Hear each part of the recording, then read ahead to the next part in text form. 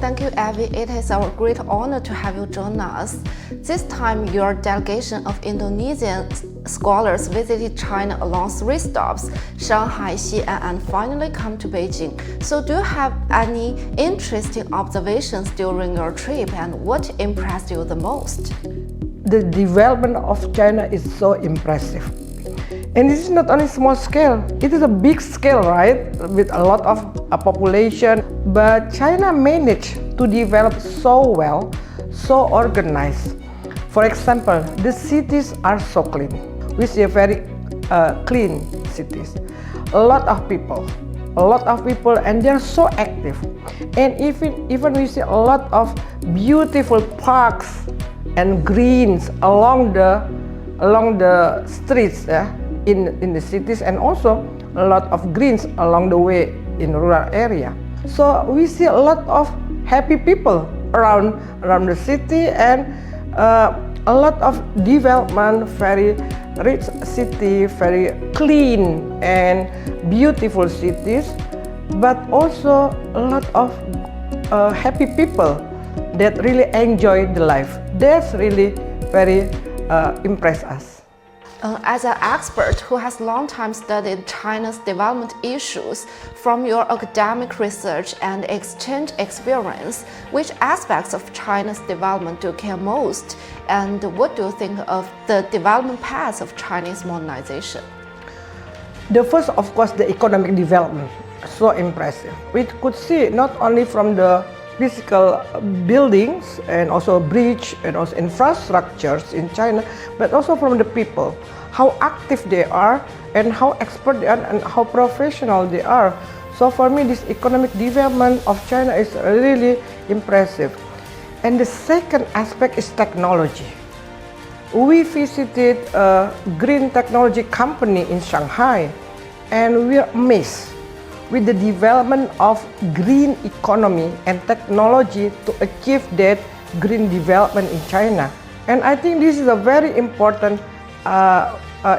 area for our future, for our land and environmental.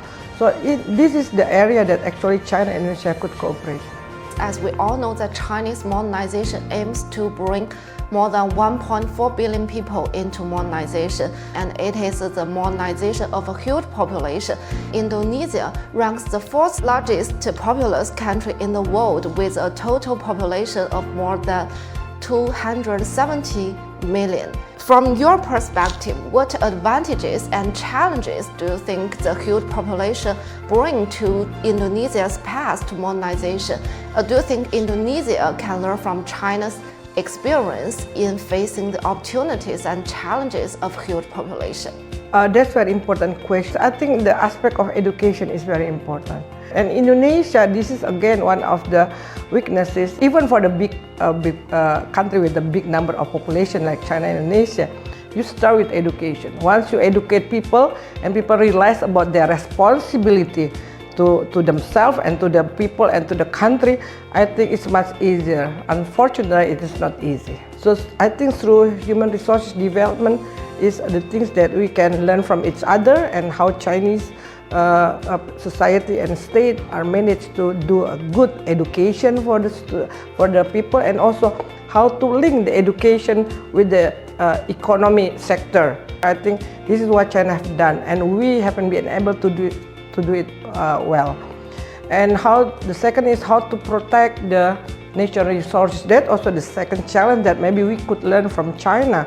With huge national resources, China still maintain a kind of balance. So for us, it's also important not to very much depend on the extractive industries anymore, but also to process the national resources like minerals, like and the one that we get from forest harvest, to be a more advanced product. So we can. At the same time, we produce a better economic yields, but at the same time also protect the natural resources. Another thing about the technology development, how your government invests so many capital into the research and development and support your private companies, so they they can develop more advanced technology, and they can use that for the economic development.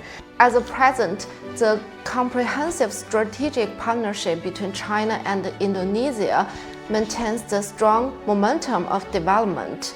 Along with frequent high-level visits between the two countries, not long ago, Indonesia President-elect Prabowo made China his first country to visit after winning the election.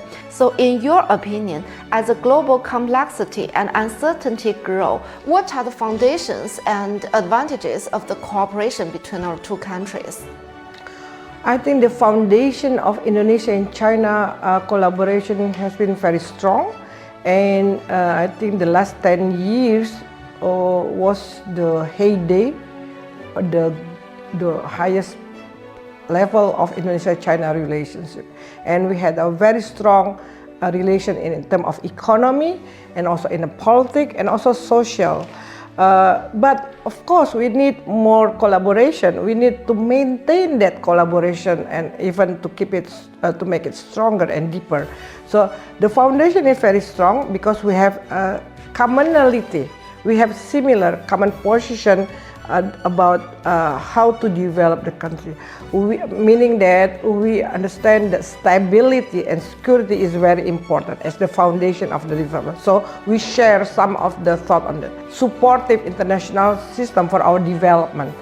And when you ask me what is the opportunity and it is very strong opportunity for our two countries to develop more. So because we are in the different economic level, different technological level, so maybe this is some of the area for collaboration too. Maybe China and Indonesia can also complement each other. Okay, thank you, Evi, so much for today's interview. Thanks for your sharing.